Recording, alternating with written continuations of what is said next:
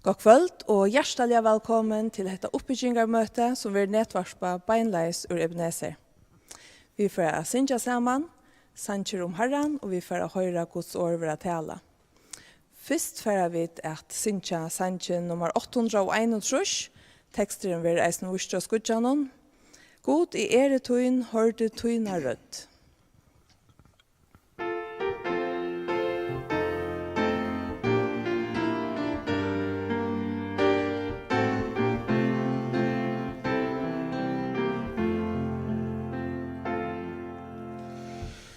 God eretøyn, hørte tøyna rødt, fri du tala i til mun. Og men let meg støya i større trygg, mer og mer nær til tøyn. Dra meg narre Herre mun, nær til krossen som det bär. Dra meg narre Herre mun, til din barm som bråten vær. Halga tu med halt til at tjena ter, Jøgnum tøyna goddomskraft. Gjev meg trygg og mot, gjev meg tål og vogn, mer enn fyrre heve seg. Dra meg narre Herre mun, nær til krossen som det bär. Dra meg narre Herre mun, til din barm som bråten vær. Hverja glede gav ein hver stund tja ter, og kan styrke Herre fann. Ta bodje knø og vi te og god, som vi vinn mun tala kan. Dra meg narre Herre mun, nær til krossen som det bär. Dra meg narre Herre mun, til din barm som bråten vær.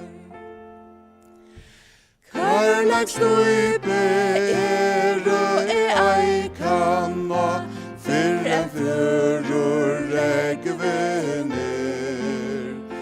Fytlen glede som ei kan få, fyrr enn rød mun tagnar her. Dra meg narre Herre mun, nær til krossen som det bär. Dra meg narre Herre mun, til din barm som bråten vær.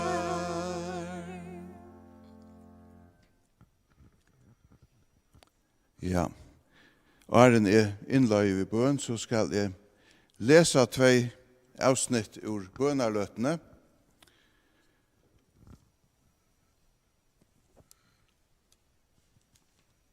Det fyrre stykket fra Rachel og Peter Hansen, som støtt i USA og i Nebraska. Og de skriver at tureren til Papua Ny Guinea var avlyster av korona. Men jeg har korsene daglige samband ved troboerne kring heimen. Covid-19 veksande trobeløyde til troboerne i mange land, då sjukrahjelpen ikke nøktande. Bie øysene 4 tryktene til troboerne, tog i sommon London få utlendingar skiltna fyrir sjukane kom inn i land. Og så ta 17. avsnittet fra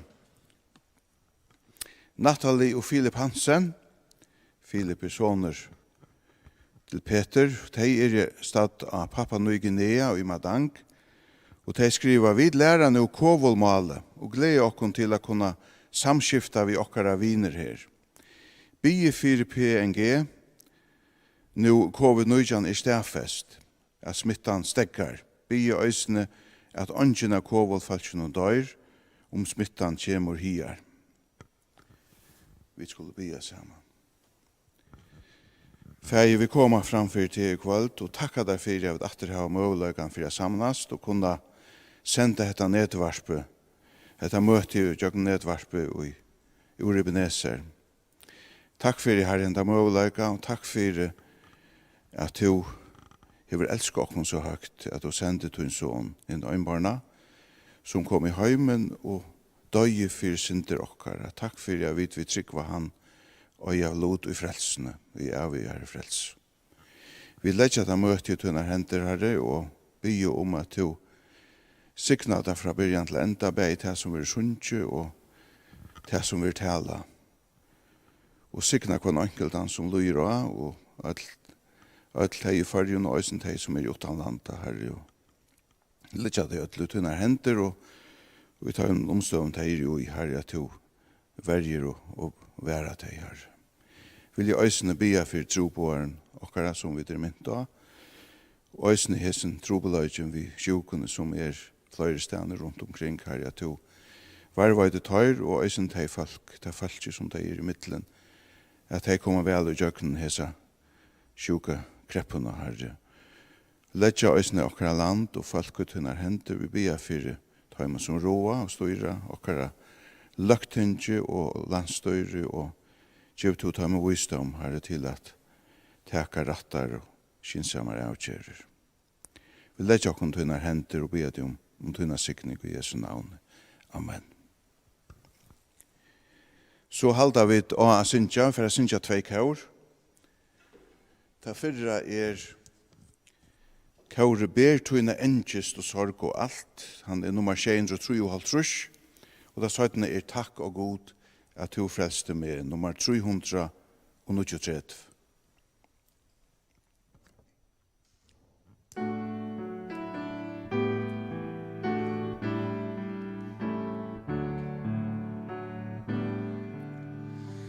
Ber tunna engest og sorg og alt, framfyre Herran du sanna skall. Aldri hans hjarta stått og kallt, omgang som han du finner.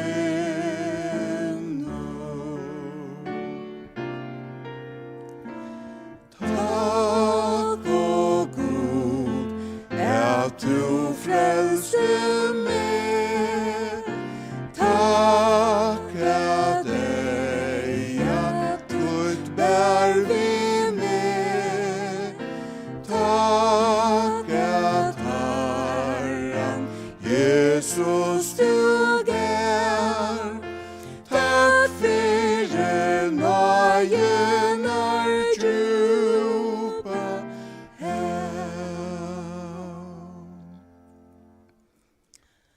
Arin Ingvard Petersen kommer til å tale, så får jeg synge en sang sammen. Atret, nummer 602, som Kristi samkomma og gjør så vårt mål. Og Nile sier, let jokken sammen gjøre Herrens versk i det. Nummer 602.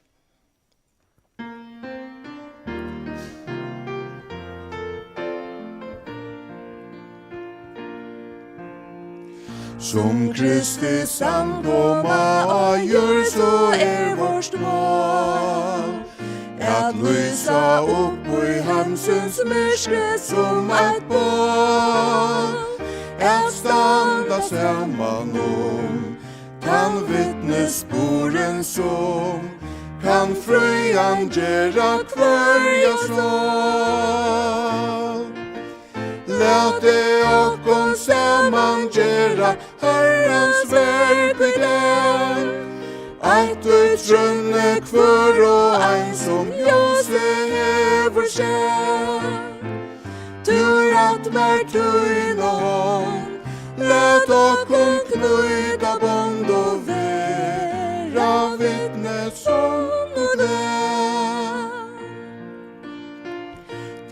Fyrsta samkomman så saman sjåa vær. I sterskon fellesskapet vittnesboren bär. Og segna vært av verk som Herrans hånd så sterk.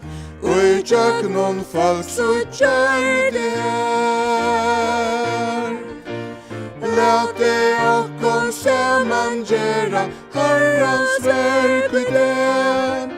At du trunne kvar og ein som ljøse hever sem. Du ratt mer tuina hånd, lät okkom knuida bond og vera vittnes om og dem. Ta tjänas då som kvarjon einon given Vid må og røtja kvara øtje søgnon God segne kvarja røgn, som allmenn etla løgn, og i trunne en karla skjer. Lät det okkom saman gjera Herrans verk i det. At du trunne kvar og ein som ljøse hever sem. Du ratt mer tuina hånd, lät okkom knuida bond og vera vittnes om og dem. Så gjeve Herren at vid fadla ei ui blom. Men trygg på vætjen vilja vera kvarja stund. Kjøtt kjemur stunden sel, og i himle sauna skal. God samkomma til bedre fund. Lät det okkom saman gjera Herrans verk i det. At du trunne kvar og ein som ljøse hever sem. Du ratt mer tuina hånd, lät okkom knuida bond og vera vittnes om og dem.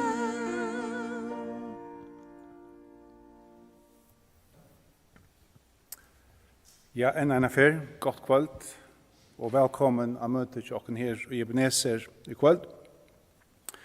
Vi gledast enn hava hentet framutja rett, selv under hesten omstøen å kunne nå ut til okkara kæro, bei til samkommende og vånande eisen andre enn til samkommende som vanlig kommer sammen med okken her, kunne løy av vi okken.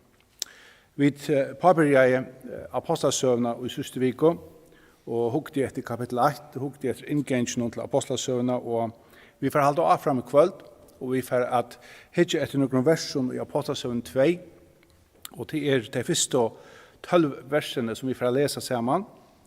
Og dette kvitesondavren, dette føying samkomnar, og dette nekka som stender okken ødlån ekvelia karst som heva samkomna kæra. Og jeg får lese de første 12 versene. Vi leser, ta i nu kvitesondavren kom, hvor de ødl kom saman av einon steg. Ta kom knapplega ljå av himle, som ta i overføre stormer brester av, ta fyllt i alt huset som det så to i. Tungur eins av elde viste seg for taimon, og tar skilte seg sunder og settes av hver eit tarra. Og de var i ødel fyllt av heile andanon, og for å tale andre tungumal, alt etter som anden gav hemmena sia. Nu bor i Jerusalem jøtar, menn som øtta oss god, av öllum folkasløvnum under himle. Da i hetta ljói kom, streima i hóperen saman, og de visste ikkje hva de skulle hugsa, tog de hørte hver sitt egna mål tale av taimon. De var i öll offeren og undreist og sødde, hitje, ikkje atler heser i tala galilearer? Hvordan ber det ta til at vi høyre tar tala hverst okkar egna mål som vi født i? Vid parstar, metar og elemittar, vid som byggva i Mesopotamia, Judea, Kappadokia, Pontus og Asia, i Phrygia og Pamphylia, Egyptalandet og landsporsnon, Libya, vid Kyrene og vid Rom. som her byggva, bæg jøtar og troarskiftingar, kretar og arabarer. Vi har at her tala om stor og vers gods av tungomalen okkara. De var öll offeren og visste ikke hva de skulle hugsa, og de søtte kvørst vi anna, kvæt kan hetta vera. Og vi som hitjetresen i det, vi vet at heter ikke minne en føringar der samkommunar. Heter ta og i samkomman vil sette stån, heter ta og vi får henta nutja sannleikan, etla samleikan som Herren setter av stån her og gjør. Han samleika som vi som tryggvande høyra til bæge atlan heim, at som tryggvande høyra til henta samleikan, henta nutja samleikan som byrjar her av Kvidesundet. Det er 3 ting som jeg kunne huske om her, at bare sagt åren i for å ta som teksten, til at samkomman som er sett av stån her, hon hever en grunnvøll. Og grunnvøllen som hon bygger av, det som apostelsøven taler om. Det er oppreisen Kristus her. Det er oppreisen av bogen. Han er risen. Det er okkara bådskaper. Han lever, og han sitter ved høyre hånd færsens. Hadde grunnvøllen tja samkomne. Utan hatta så kunde vi ikke. Det sier Paulus eisne i 1. Korintia brev 15. Utan oppreisna så var vi bara darar av vi tala i henda sannleika. Det neste som områdende å skilja vi samkomne til at okkara druvmeie, den kraften som samkomne virkar vi, til heilig anden. Og han eisne oppenbera av øyla kraftian i apostlasøn. Og vi suttja han særlig her i byrjanne. Og det tredje endamålet vi hese nødja samleika. Endamålet vi hese samkommo som vi langt så i 1. kapittel i Apostelsøne og vers 8, at vi skulle nå ut om Atlan heim og gjøre alt folkeslø til lærersveinar Herrans. Onke vil säga, ikke okkar endamål at dørder gjør Herran? Jo, sannelig okkar iver ordne endamål alltid at dørder gjør Herran. Det okkar høves endamål.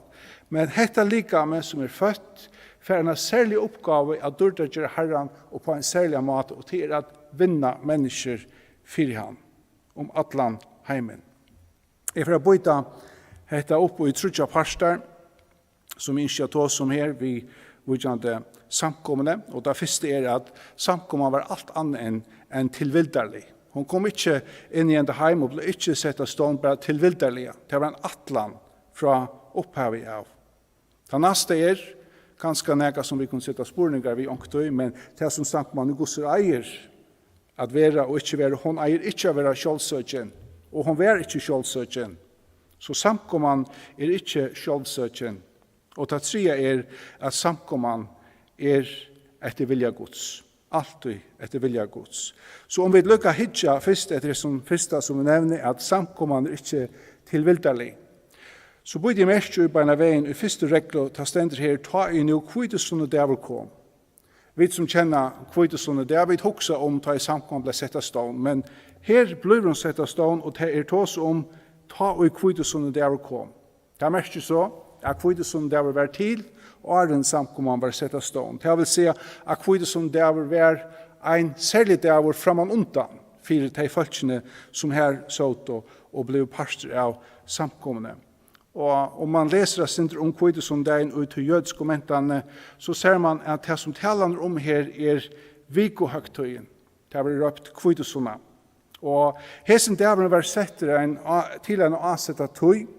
Hesen David skulle være 94 dager etter nasta dag i påskavikene. Det vil si holdt trus dager etter apostlene byrja.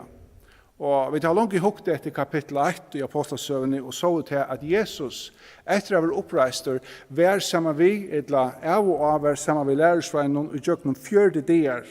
Så det var nok ikke 20 dager fra at Jesus får til himmels. Hver og tar ångan talsmann hava, og tar ikke hava Herren Jesus Kristus tjasar. Jøkken hesa tøy hava tar bie, og tar hava valgt en annan apostol, Mattias, at komme i stedet for Judas. Og heter også etter tøy at her hava haft nekka forvantningar, og Gamla testamentet tåsar om ta i rydget skal settes i stånd, så skulle det være 12, og tar hoksa om at her må fytla hese oppgave. Og til å ikke gale vi at her har livet etter tøy forvantningene og handle etter tøy. Men nå kommer hesen store dævren, henda høgtøyen som Jesus sier om ikke flere dager, eller mengar dager, så skal Hellige Anden komme iver tikkum. Og hessen dæveren som Kvidesund dæver etter jøde høgtøyene, heter en høgtøy hver ut her minnast ta i loven ble given av Sinasfjallet. Og Gud har lagt några menregler som jødene hilt og henda særlige dagen. Jøgnen hessa viknar som 24 dager etter nasta dag, i påskavikene, så hadde der båre offer inn i tempelet. Og jøgnen hessa viknar hadde der hesta kott og hesta bytje. Særlig var det bytje som der hesta i fyrst, og så hesta der kottengråren aftana. Og som frumgråren ble båren inn, så ber der hetta fram for Herren og takka for hetta. Bytjekottene nu liot, og nu tar vi Kvidesund der kommer, nu byrjar der at hesta kvaitina. Og kvaitan vil sagt å være bedre enn bytje, og det vidar vi. Og her ligger nekra mynter som vi sutja eisen i at Herren Jesus hever lust og gjøkno liv hansara. Det vil si at kveitekottene vil rokna vi bedre enn bytje. Det ta bedre slag, hitt vil brukt fyrst. Avverst at Jesus sier neka i Apostelsønne, i Johannes evangelium kapitel 14, og vers 15-16. Her sier han hetta: elska til meg, så halda til båmøyne, og jeg skal be feiren at han skal djeva tikkun annan talsmann, av vera tja tikkun allar evr. Anda sannleikans, som heimeren ikkje kan få, til han ser han ikkje og kjenner han ikkje, men tid kjenner han. Og så sier han henda setningen, til han verur tja tikkun, og skal vera ui tikkun. Han forteller dem at ein skal koma, han verur tja tikkun, og han skal vera ui tikkun. Det vil si at noe nytt skal henta. Jesus nevner eisen i Johannes 16, vers 6, og her kanskje det som passar vel til dette vi hessa mynden av bidgenen og så av kveitenen. Her sier han hetta: «Tau sier tikkun sannleikan, ta tikkun til gagn at de færre borster. Du færre ikkje borster, kommer talsmæren ikkje til tikkara, men færre borster skal senda tikkun han.» Ja, man kan hugsa iver altså årene hva Jesus mener vi til han sier til beter. Jeg tror vi at om vi finner et vel i det, og onker sier, vil du slippe at fylgjast vi Jesus og som han sier, og i oppreisende personen, ser vi honom så langt, eller vil til at du skal ha Hellig Andan i der. Vi kjenner så ikke annet enn at ta i videregående trygg, så vi finner Hellig Andan i okken.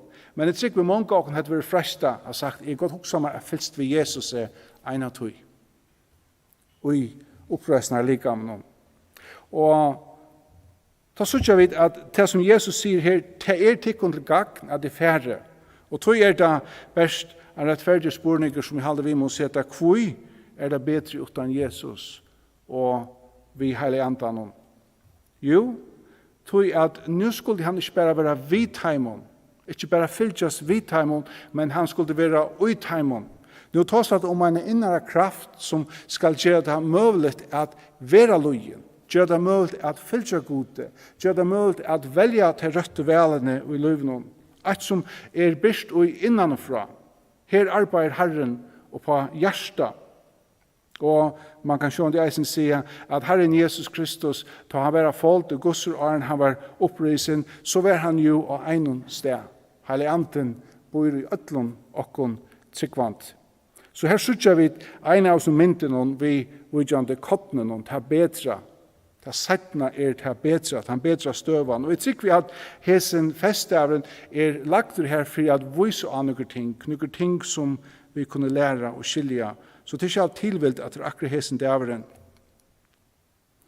En annen mynd som det eisen sutja fra Vikohøgtøyne og i Gamla testamenten at vi kjenner søvn av Guds i tabernaklen og søjane og i tempelen at jødene tar bare 12 avsørga i brei inn i tempelet og tar skiftet av hver viko. Her skulle det ligge framfor Herren. Og hese 12 avsørga i brei i ombå av de 12 atter Israels. Avsørga mest at det var avsindot. Det var ingen synd i hesen. Og tog kunne heta ligge framfor Asjon Herrens. Men det stender i 3 Mosebok, kapittel 23, og vers 16 og 16, og her tåsat om hendan her Vikohøgtøysdagen som Kvidesunda. Her stender hetta, hold 3 dagar skulle de telja, til dagen etter kjenta sabbaten, ta skulle de få bæra herran fram offer av til nudju grøyne. Det vil si at til 17 grøyne. Nu er vi færen fra byggen i til kveitina. Ur bostøven tikkar skulle de komme vid svadjebreium. Nu sier han ikke 12 brei, men han sier 2 breium, som skulle være gjørt av 2 tutsjeda person av efo av 4 mjøle, og bæka vi surdadje, de frumgråers offer til Herran.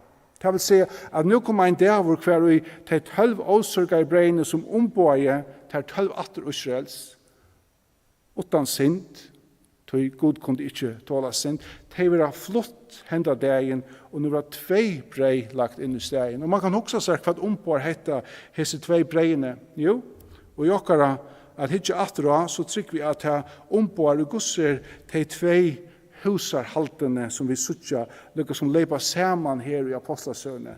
Ter jødane som tror at han var Messias og kom til trygg, de av 8 Israels.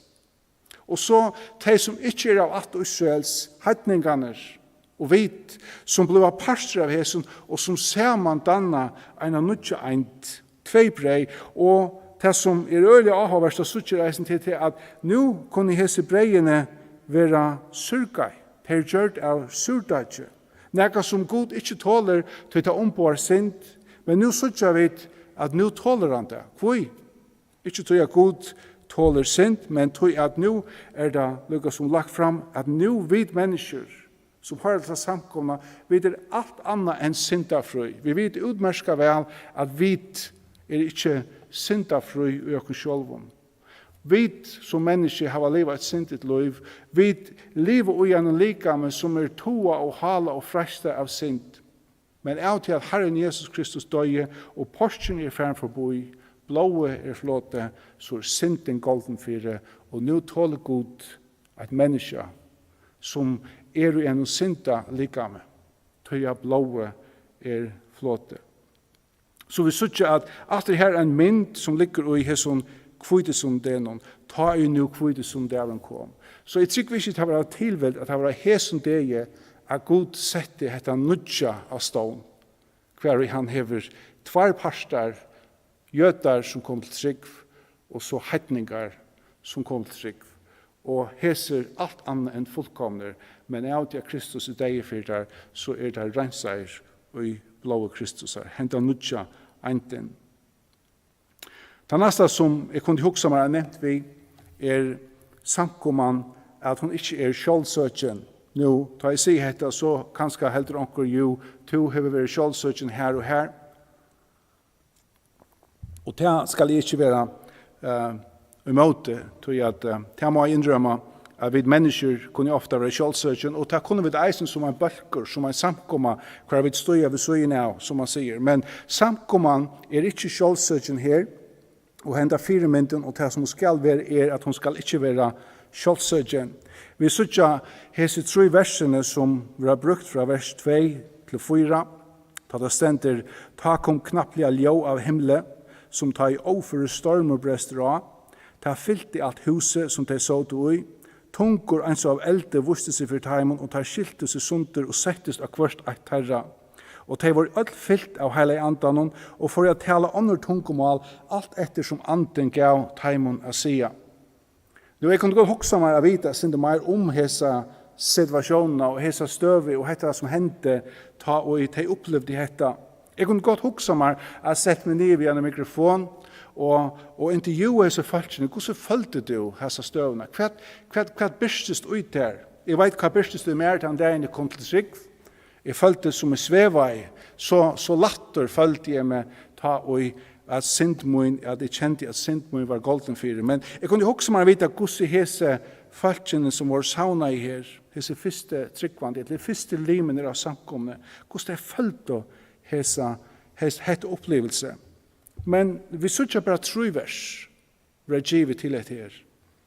Jeg minnes jeg bor i en boje, jeg og konan bor i en boje i Sur-Amerika, vi var ute som trobar, og dette var begynnende tog inn i tjåken her, og vi bor midt i en boje hver vi løs og spangst, og og hver affær til å være vel i landet eller en særlig dæver, så var det alltid en hernavar framsøgning, og hon hendte sjående i høvestaden.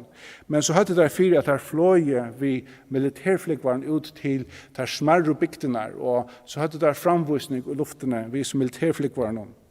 Og det var disse store jetjagerne, F-16, eller hva det nå eiter, du ikke at Kina akkurat, men der fløy og så malte der oppe i bygden, og jeg minnes at okkar hus var midt under, og jeg minnes der begynte jeg å dykka ned, og det gjør det der hvert år, der dykka ned, og så sette der av og vente oppåt, og så fyrir han nast han for langt ned, og ankti hoksa man, der bare testa hverandre, jeg vet ikke så lengt ned der kunne komme, og ankti kom det så lengt ned at husene skulve, og rutene stod til å sprekka og bresta i husen. Og det minnes hvordan jeg følte dette ljøet, og dette som kom omanfra. Og hver for jeg leser det her, ta kom knapplige ljø av himmelen.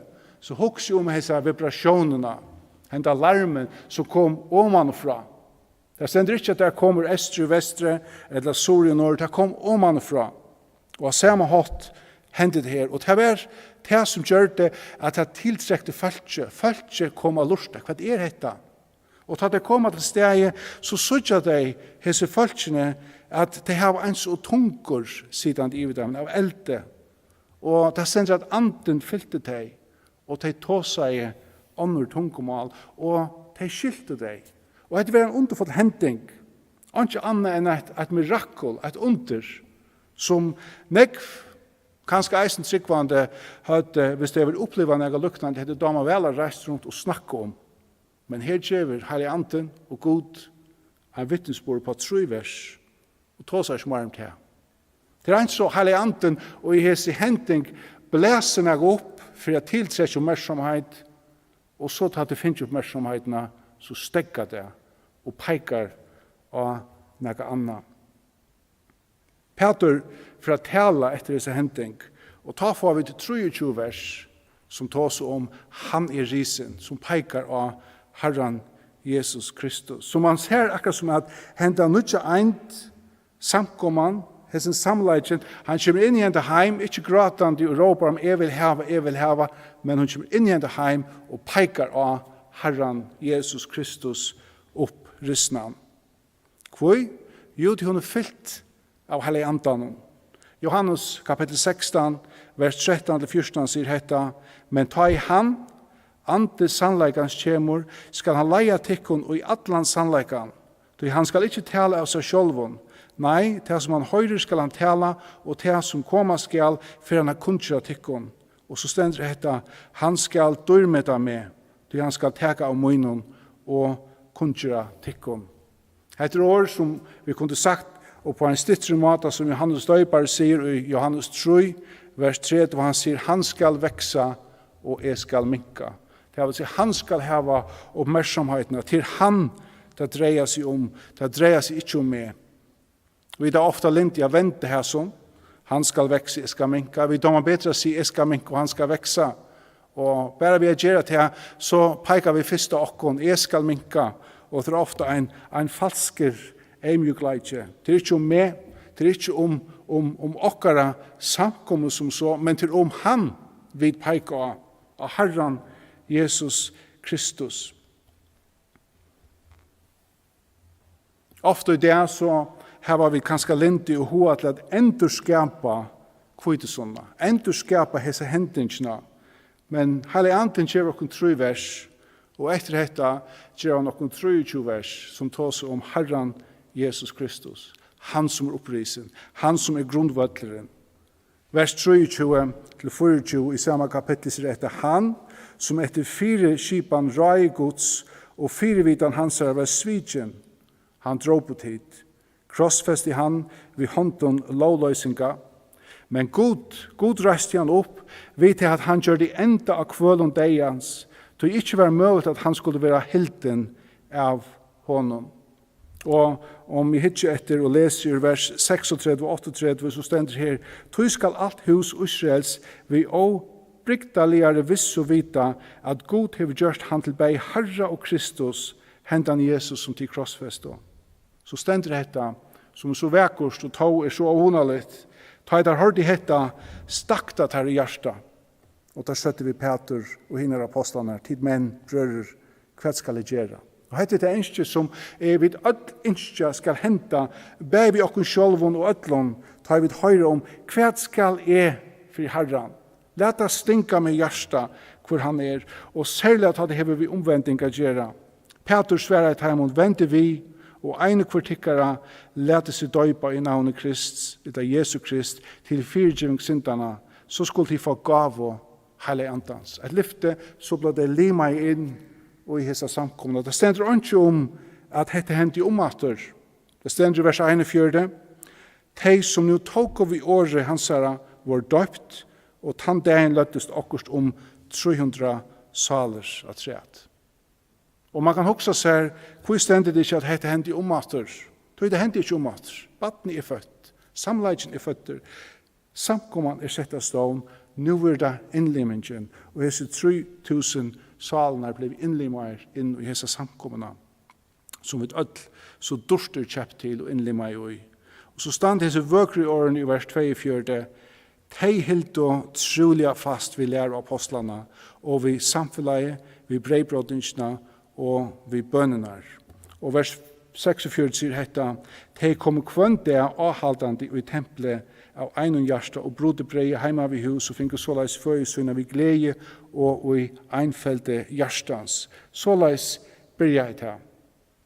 Om vi skulle gjørst bakana kærku eller bygtan i hus, så i oppskriften eller tilfærslisten til hetta tar vi tås manna samkom og vir hetta hese fyra tingene læra apostlana, samfellet, breibrådingen, her er minnast Kristus, deian, grivnan og opprystan sidan vi høyre håndgods, og så bønene.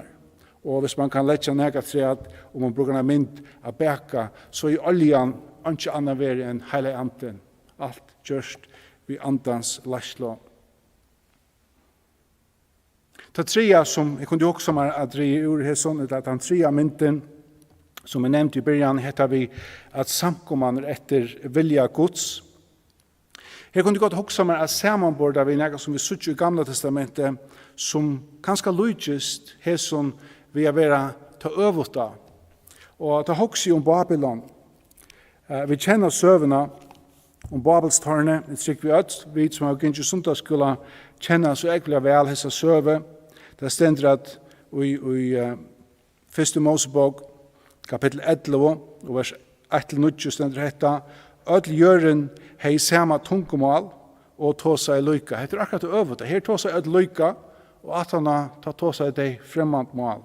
De tåsa i öll løyka, som tar no fereist estre etter kommet her til del og i Sinaislande og bosettest her.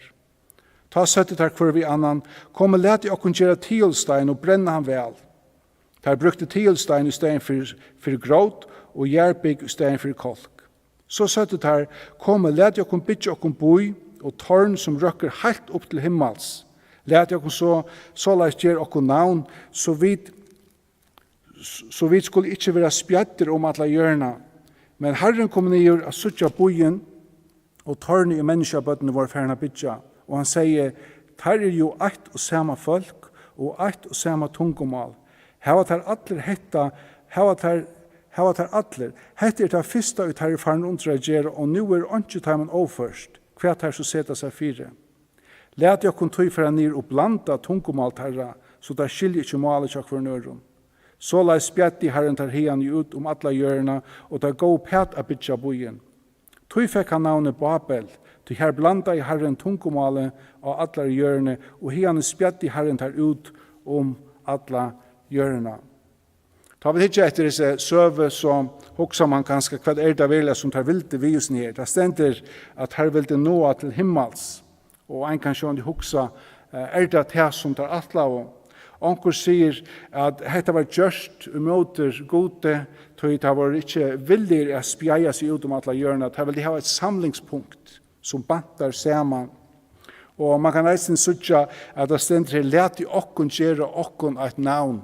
Og det er sånn de eisen er umåter heson a peika av god. Det dreier seg om okkun. Etla, det kunne de eisen hava nek av heson at det vil det trydja seg og motor vattenflåene, at de kunne ha et høyt punkt, og alt dette kan skal være i tanken og tjata imon. Men det er avverst at jødiske skrifter, ikke skriften som vi kjenner, men ekstra bibelske skrifter, tar tås om disse hendelsene, gjør kommentarer om henne, og gjør gjølter på seg hendelsene. Der sier at her hilti at 300 føtter kunne nå til himmels, og ta stendur i teksten at Herren måtte komme nyer av suttja verset. Og da stendur igjen sånn speirekande tona. Eisen sier det hette at den sanna tøknefrøyen ikke bytjekonleidjen, men samskifteskonleidjen. Her gås ikke bytja, tog det ikke dutte mer bytja, men her miste førlagan at samskifta, og her er leist verset til teimen. Her årek var god verset.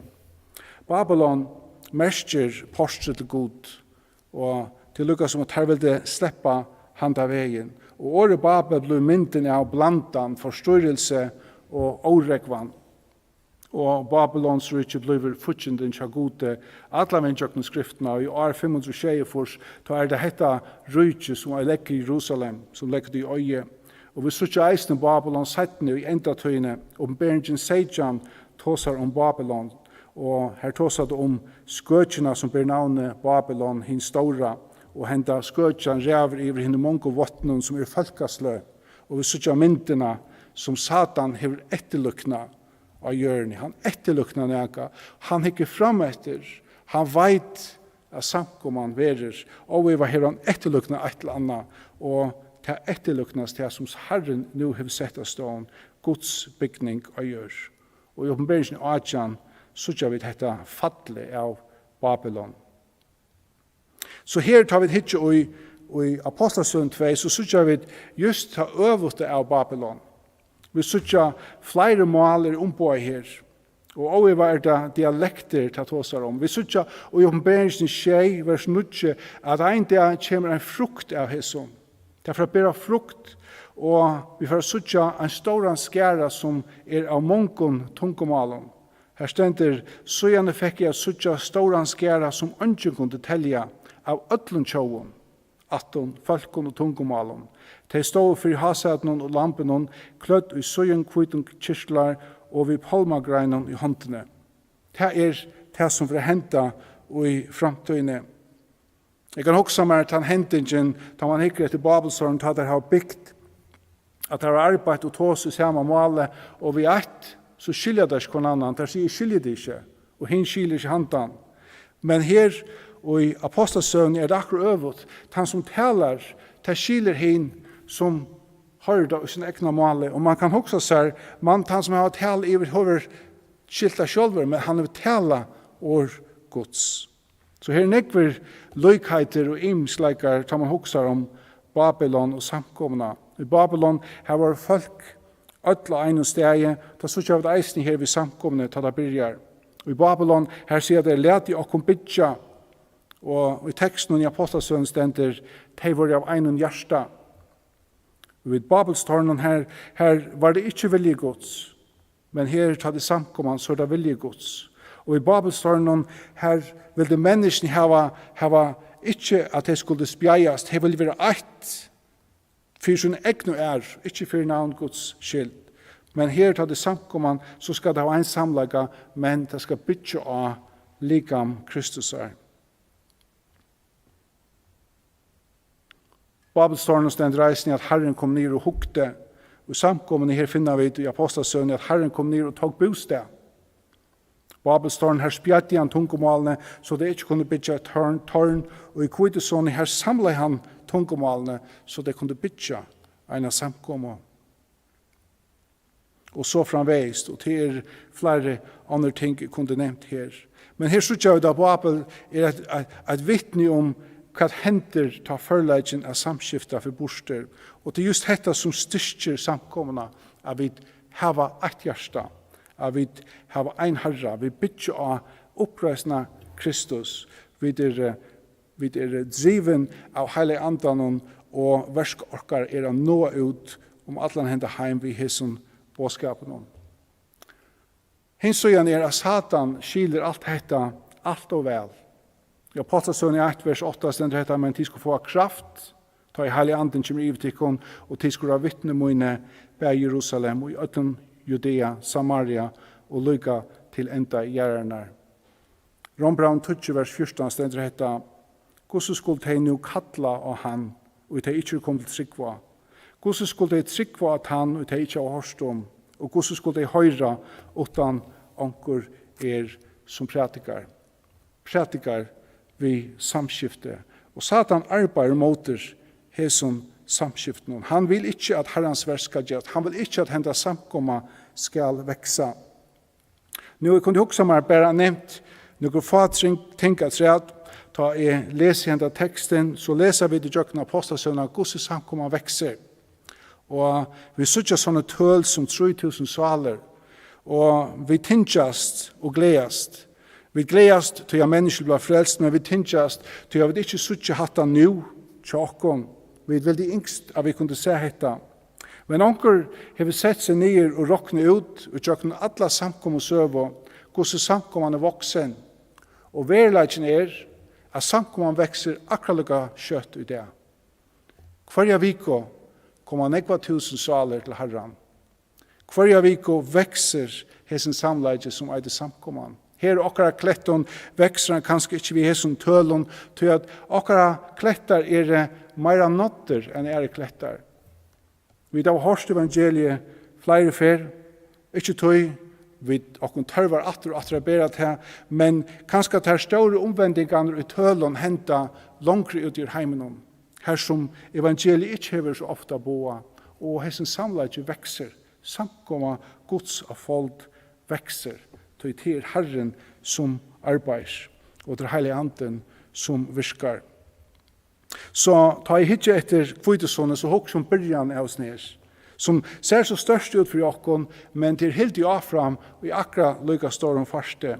Og vit som har alt samkommende her i førjon, vi har til arbeid, at ikke vil lykka nek involvera i, og just den imsko parten, at hun skal veksa, en skjøtare og en sterskare, og eisen her, og okkara kletton. Så kvitesånne, det som er mest for samkomna, til at Herren og Jøkken Andasøy nu bor i okkon. Og at han ønsker å bygge i okkon, selv om vi som menneske ikke fullkommen. Akkurat som breier surga. Vi ikke fullkommen, men han kan bygge i okkon, til han deir for synder okkara. At han hatt hever han rense okkon. En framutgjør at her vi det måter, ta mot Sigvand i Gamla testamentet, det som tror jeg Herren, til at vi har han ui okkon, som jeg nevnte. Og jeg håper som her, at vi har en framutgjør at som de ikke høtte. Vi opplever Herren og en hatt som ønsken har opplevet han åren kvitesunnen. Herren ui og vi okkon, han lærer okkon, han samansjåer, han trøster, han gjør okkon kraft, og han hjelper okkon å vinne andre mennesker til han. Så ta i hoksmenda teksten, så det okkar arbeid å bruke okkara gaver, okkara nøygaver, og okkara vøkkegaver, okkara dikter, de ting som vi kunne til å bytje opp hese samkomna, bei her og kletton og ut om Atlanheim. Og til fevner hese fyra tingene, lære apostlene, samfunnet, breibrådingen og bønene. Det vil si at styrke i hese fyra berande fundamenten under samkomne. Det om å bruke okkara gaver av nå at endamål som samkommen hever, av nå ut og bytje opp, og hente hatt, gjøre det vi andans skinnsemme, til han gjør okkara heilig andan. Vi kunne ikke gjøre okkara sjølven, som han har sagt, men heilig anden ønsker å gjøre dette og gjøre noen okkara. Må Herren signa hette år til okkara, og må Herren løvga okkon og i okkara tanken om hva han har skapt, og giv i okkon av parster av her og gjør, og må han hjelpe til her i kvöld, og i hessen døren framöver, å lyde han, og å leve i tøy som han har lagt for til, og ikke missa måte, og i tøy noen vei vi Herren. Jeg skal fære enda vi bøn. Herre God, vi takker der, og prøyser deg for at vi kommer å partre av en så stor verste som du gjørst her. Bæg ui okkon, og jøkken okkon, og middelen okkon, og ut fra okkon her. Jeg takk deg for at vi som hører her til kunne være samansjåa, vi kunne være styrst, vi kunne løyte at Heilig Anden han leier okkon og viser okkon hva vi to hever til okkon her. Hjelp okkon ånga de har løyte okkar egna styrstje.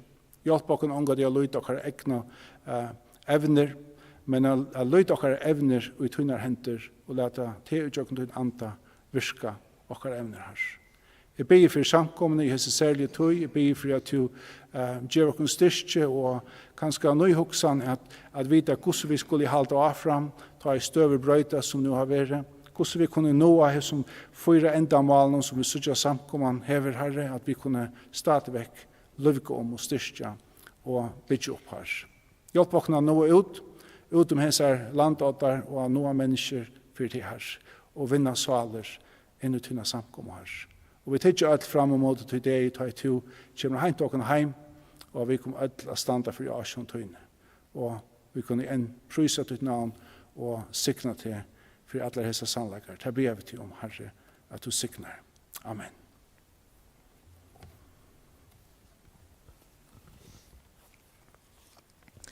Takk for Ingvard, og takk til alle dere som har lyttet av. Vi får at enda ved sannsjonen nummer 812, Breiver, der vanger tøyner. Og hetta Esten Samsons okkara bøn og ikke at Herren må breia sunna veren der vanger iver til kun ødel som har lyttet av i kveld. Så takk for i kveld.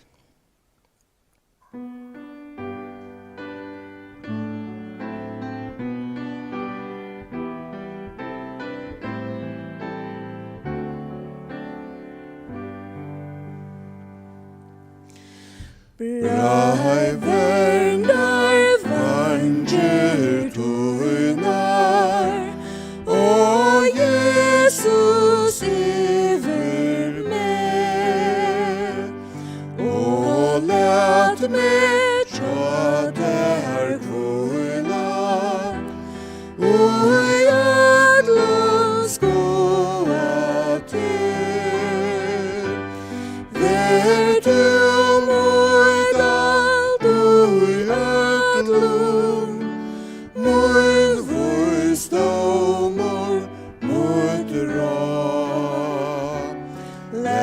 du meg kvande av foldum, nøye liva for.